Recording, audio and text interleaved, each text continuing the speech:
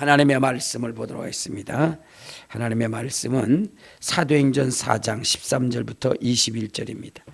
사도행전 4장 13절부터 21절 우리 다 같이 합독하도록 하겠습니다. 시작. 그들이 베드로와 요한이 담대하게 말함을 보고 그들을 본래 학문 없는 범인으로 알았다가 이상히 여기며 또 전에 예수와 함께 있던 줄도 알고 또 병나은 사람이 그들과 함께 서 있는 것을 보고 비난할 말이 없는지라 명하여 공회에 나가라 하고 서로 의논하여 이르되 이 사람들을 어떻게 할까? 그들로 말미암아 유명한 표적 나타난 것이 예루살렘에 사는 모든 사람에게 알려졌으니 우리도 부인할 수 없는지라. 이것이 민간에 더 퍼지지 못하게 그들을 위협하여 이후에는 이 이름으로 아무에게도 말하지 말자 하게 하고 그들을 불러 경고하여 도무지 예수의 이름으로 말하지도 말라 가르치지도 말라 하니 베드로와 요한이 대답하여 이르되 하나님 앞에서 너희의 말을 듣는 것이 하나님의 말씀을 듣는 것보다 옳은가 판단하라. 우리는 보고 들은 것을 말하지 아니할 수 없더라니 관리들이 백성들 때문에 그들을 어떻게 처벌할지 방법을 찾지 못하고 다시 위협하여 놓아 주었으니 이는 모든 사람이 그 일 된 것을 보고 하나님께 영광을 돌림이라. 아멘.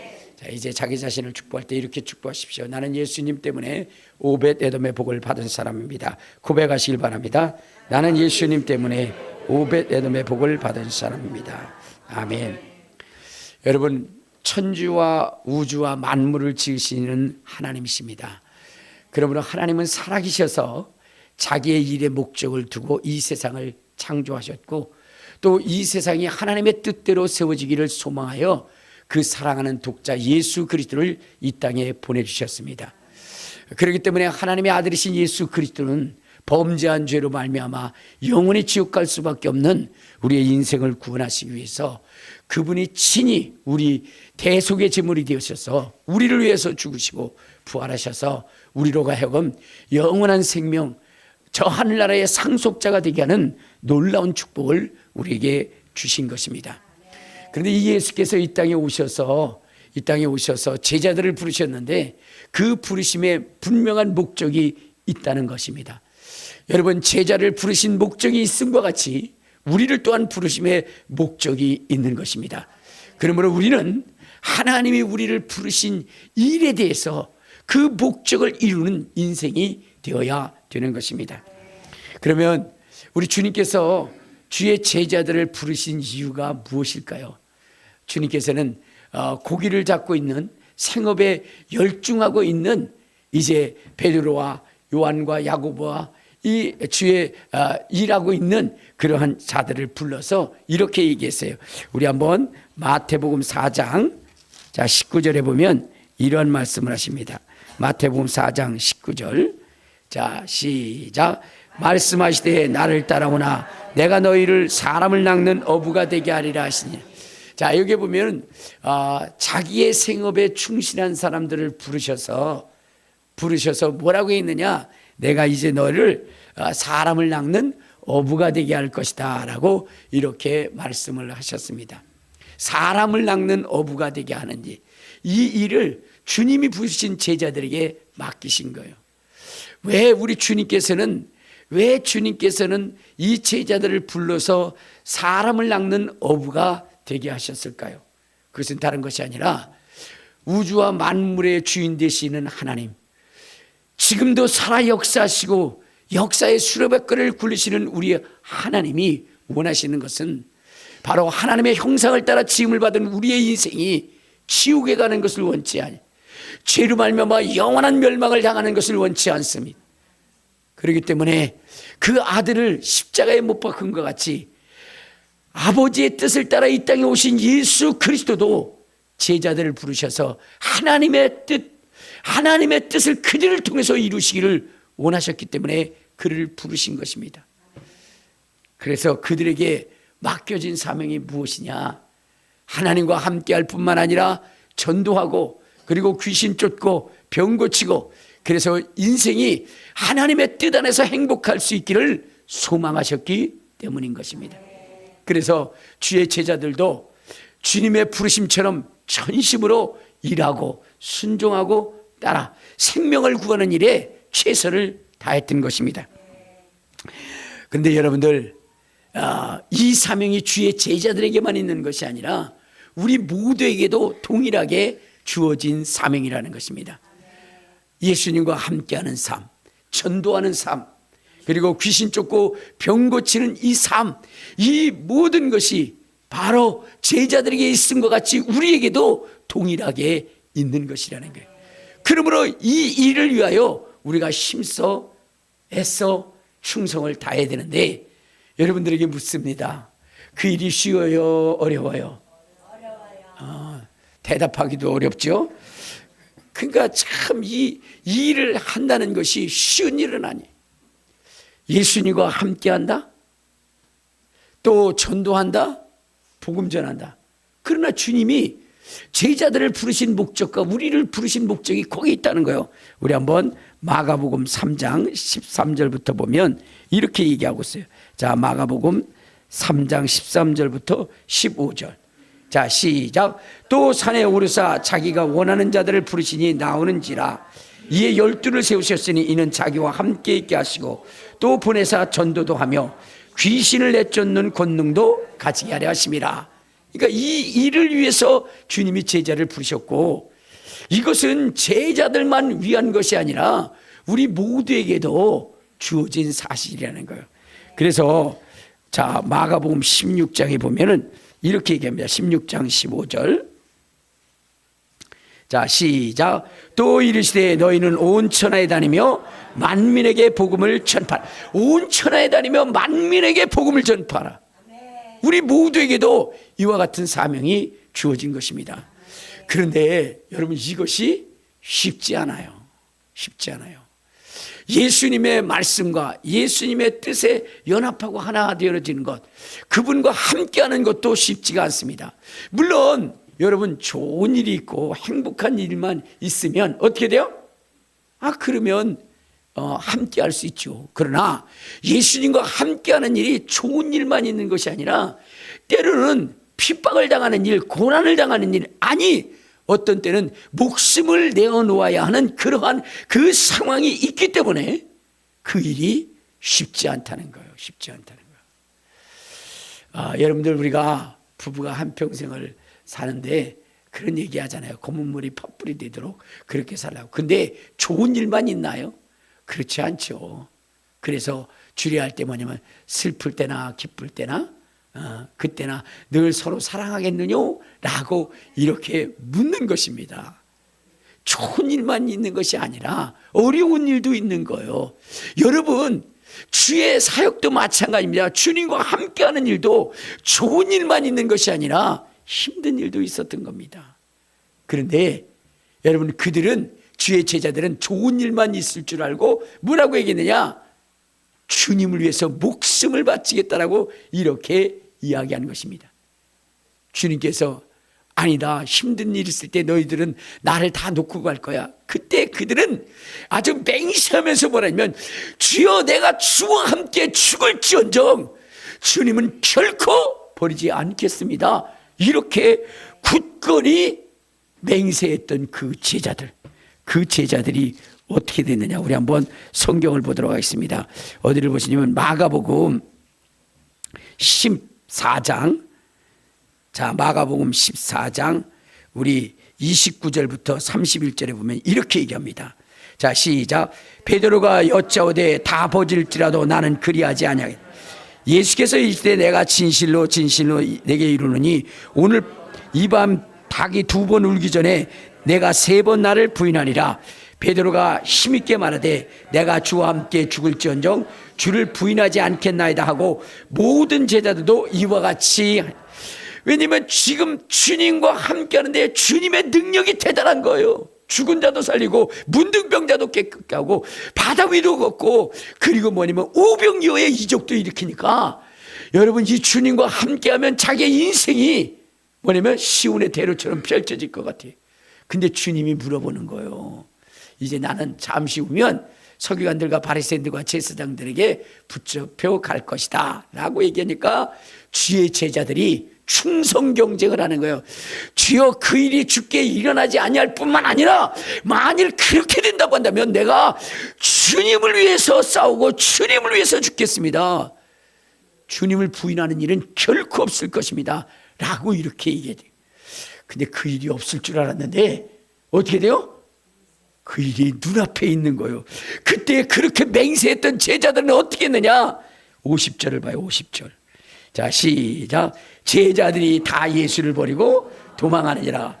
한 청년이 벗은 몸에 배에 혼이불을 두르고 예수를 따라가다가 무리에게 잡힘에 배에 혼이불을 버리고 벗은 몸으로 도망하였다 그랬어요. 아니 이 14장에 이 14장이 끝나기도 전에 그들은 주님을 부인했던 겁니다. 그리고 주님을 버렸던 거예요. 여러분 이와 같이 주님과 함께 한다는 것이 쉽지는 않다는 거예요. 쉽지 않다는 거예요. 또한 전도한다는 것이 얼마나 힘듭니까? 그래 안 그래요? 여러분들 전도하는 게 쉬워요? 어려워요? 전도하는 것이 쉽다고 한다면 아마 이 전이 차고 넘치고 몇 부의 예배를 드리고 또 뭐냐면 어떻게 돼요? 더 큰 곳으로 이전했을 거예요. 왜냐하면 우리 교회가 세워진 것이 20년입니다. 20년. 근데도 아직도 빈자리가 있다는 거예요. 빈자리가. 이만큼 전도한다는 것이 너무나 힘들고 어려운 거예요. 힘들어요. 또한 당시에는 더 어려웠어요. 왜냐? 이스라엘 백성들 중에 예수를 믿는다고 한다면 그 당시에 관원과 재판장들이 그를 출교했기 때문이라는 거예요. 여러분, 어떤 어머니가 있었는데 그 어머니가 자식을 낳는데 태어날 때부터 소경인 거예요. 그러니 어머니의 마음이 얼마나 한이 되겠습니까? 그렇잖아요? 자, 자식이 평생 동안 보지 못하고 살아간다고 한다면 어떻게 할까?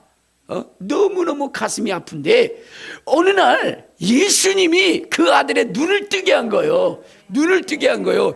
여러분 그렇다고 한다면 여러분 이거보다 더 기쁜 일이 어디 있고 여러분 이것보다 더 자랑할 일이 어디 있겠어요. 근데 여러분 제사장들이나 관원들이 물으니까 이 엄마가 뭐라고 얘기하는 줄 아세요?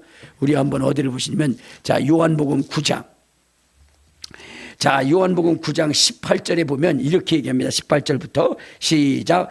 유대인들이 그가 자 우리 요한복음 9장 18절 시작. 유대인들이 그가 맹인으로 있다가 보게 된 것을 믿지 않냐고 그 부모를 불러 묻되 이는 너의 말에 맹인으로 낳았다 하는 너희 아들이냐? 그러면 지금은 어떻게 해서 보느냐? 그 부모가 대답하여 이르되 이 사람이 우리 아들인 것과 맹인으로 난 것을 아나이다. 그러나 지금 어떻게 해서 보는지 또는 누가 그 눈을 뜨게 하였는지 우리는 알지 못하나이다. 그에게 물어보소서. 그가 장성하였으니 자기 일을 말하리이다. 그 부모가 이렇게 말하는 것은 이미 유대인들이 누구든지 예수를 그리스도로 시인하는 자는 출교하기로 결의하였으므로 그들을 무서워했다라고 했어요. 그러니까 어떻게 돼요? 자기 아들이 소경으로 태어났는데 그 눈을 뜨게 한 그가 예수인 것을 분명히 알아요. 모르긴 왜 모르겠습니까? 아들이 얘기하지 않았을까요? 얘기했겠죠. 그게 얼마나 충격적인 일인데. 그런데 그 부모는 듣고도 모른다고 이렇게 외칩니다. 왜? 만약에 예수를 믿고 시인하고 그러면 출교당하기 때문입니다.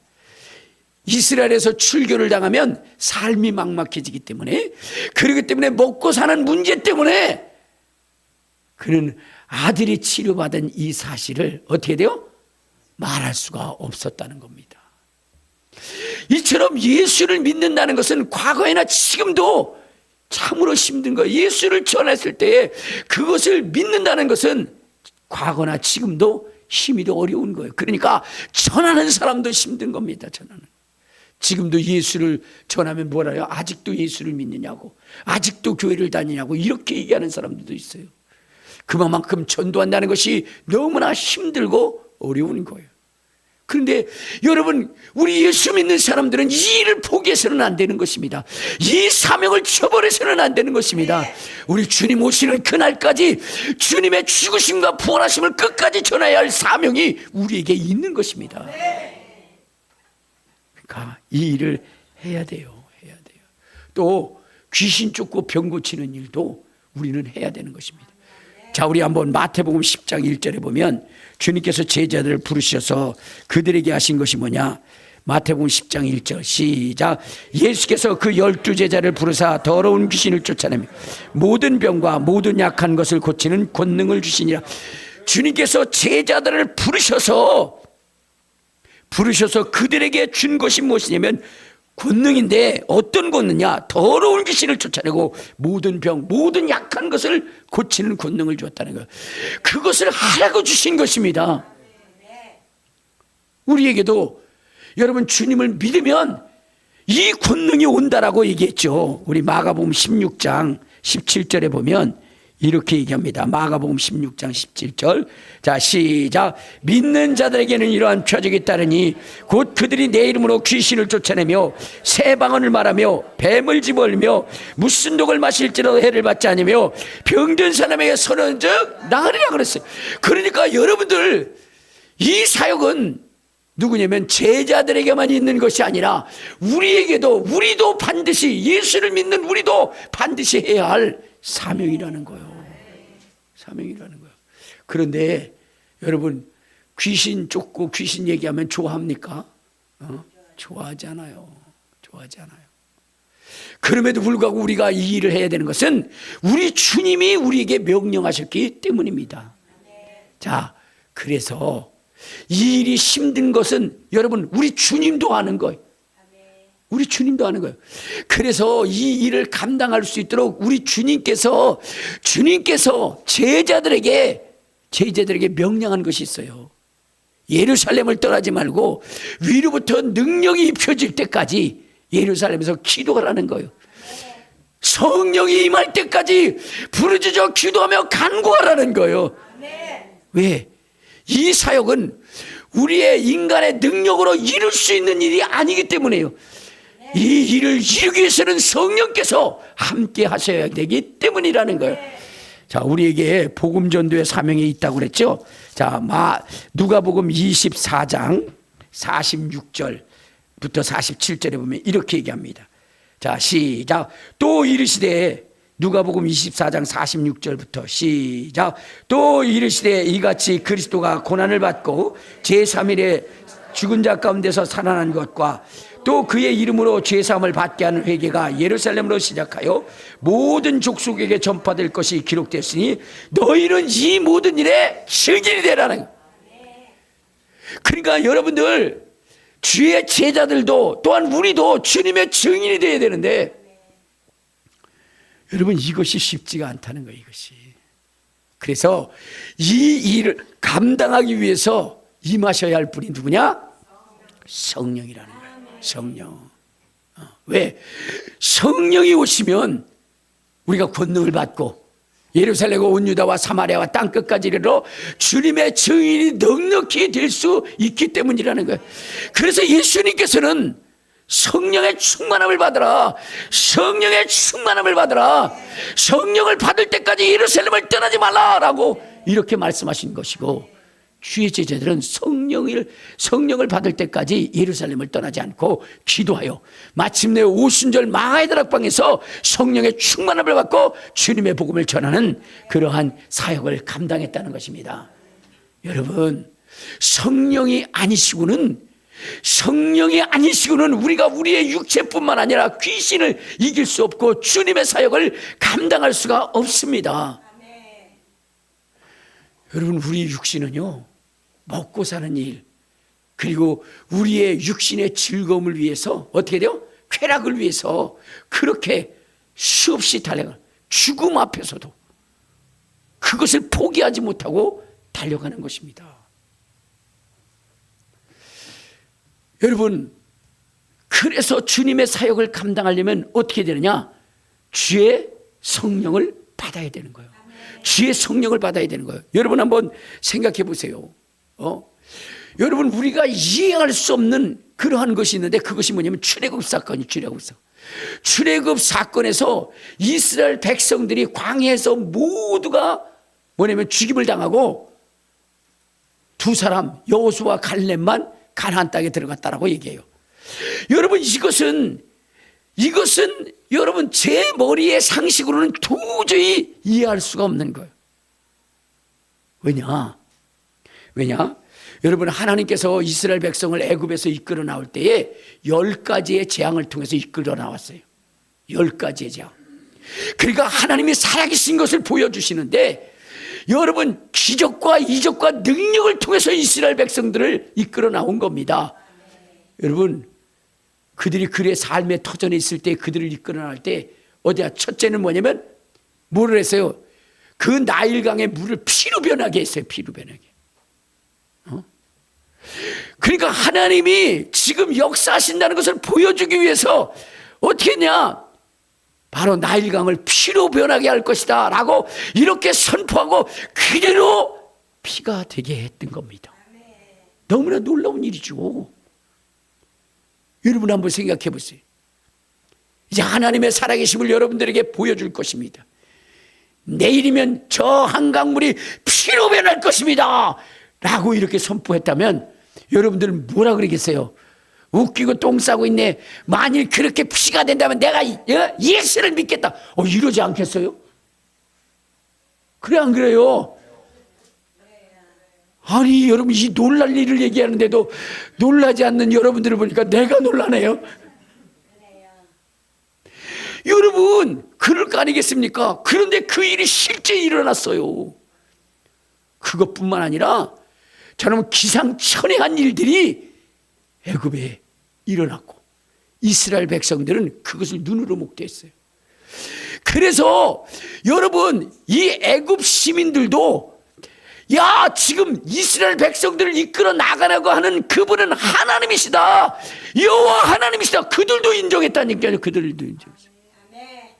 그만큼 확실하고 분명한 하나님의 증거를 나타냈거든요. 뿐만 아니라 홍해를 갈라서 나올 때에 이스라엘 백성들은 그 바닷길을 육시같이 건넜는데, 그런데 애굽 백성들, 애굽의 군사들은 그거 건너오다가 전부 다 몰살당했어요. 여러분, 이 엄청난 기적을 그 이스라엘 백성들이 목도했다니까요. 그러므로 이스라엘 백성들을 이끌어 나가시는 그분은 하나님이신데, 근데 여러분, 이스라엘 백성들은 조금만 어려움이 있으면 어디로 가려고 그랬어요? 애굽으로 가려고 하는 거예요. 여러분, 그 엄청난 기적을 보고도 조금만 힘들면 어디로? 애굽으로 가자. 애굽으로 가자. 그리고 하나님을 원망하고 불평하고 모세를 죽이려고 하고, 이러한 이 일들을 이루는 이 이스라엘 백성들을 보면 어떻게 돼요? 이해가 안 되는 거예요. 이해가 안 되는 거예요. 여러분들이 만약에 애굽에게 있었던 10가지 재앙, 그 다음에 또한 홍해를 가르는 역사, 광야 속에 그 엄청난 만나와 메추라기를 먹고 쓴물이 단물로 변하고 바위를 쳐서 물이 나오게 하는 이런 기적을 봤다면 여러분들은 어떻게 하시겠어요? 애굽으로 가시겠어요? 내가 왜 가요? 나는 대한민국 사람인데. 그러면서. 여러분, 근데 이스라엘 백성들은 그것을 보면서도 어떻게 해요? 애굽으로 돌아가야 돼요.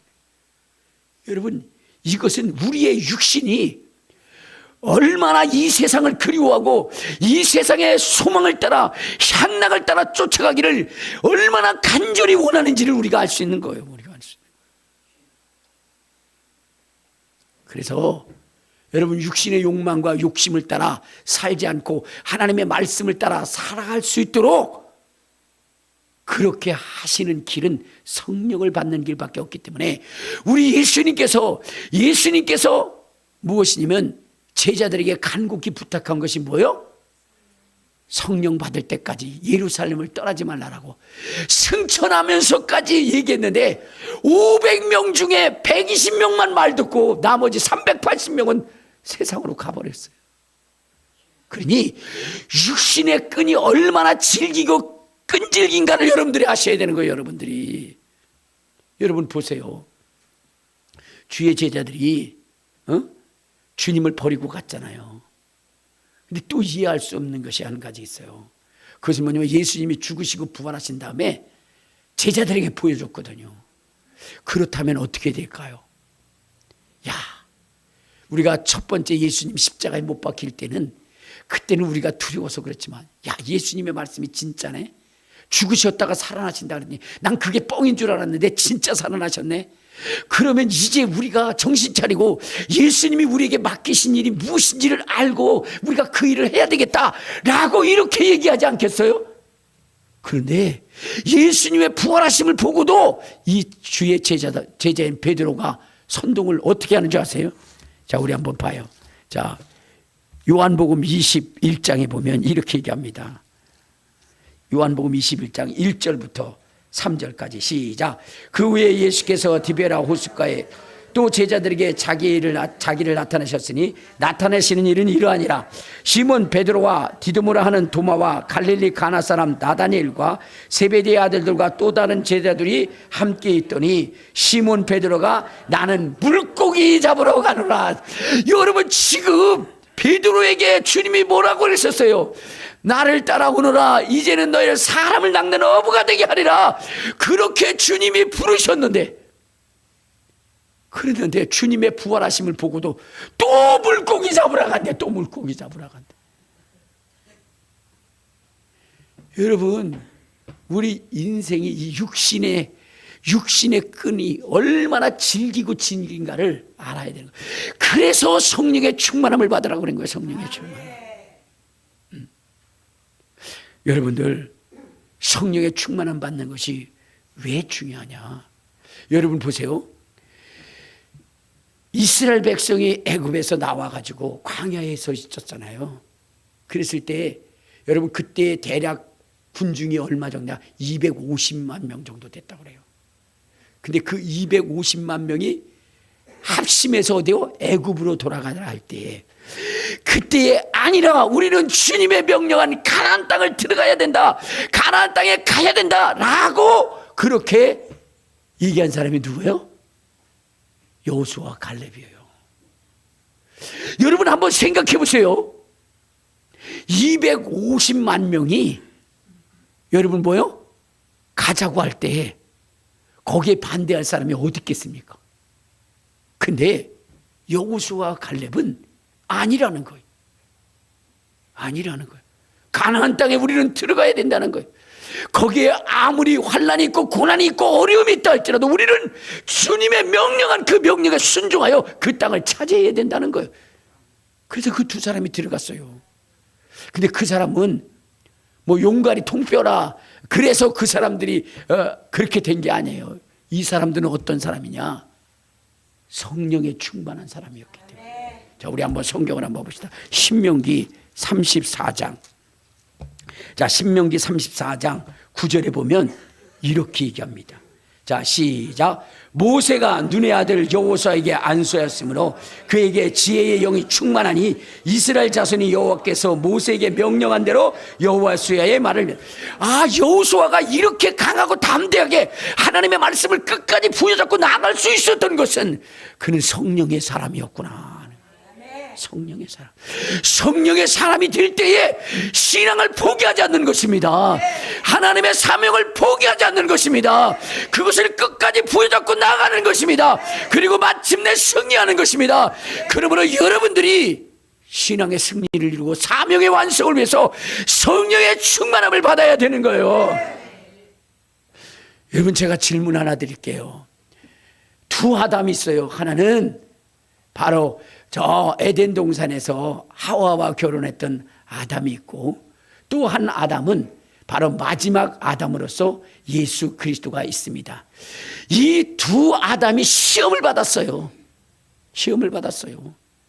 자, 그런데 여러분, 이 두 아담이 시험을 받았을 때, 그러니까 아담과 예수님이 마귀에게 시험을 받았을 때에 여러분, 객관적으로 이 시험을 이길 수 있는 사람은 누굴까요? 1번 아담, 에덴 동산의 아담.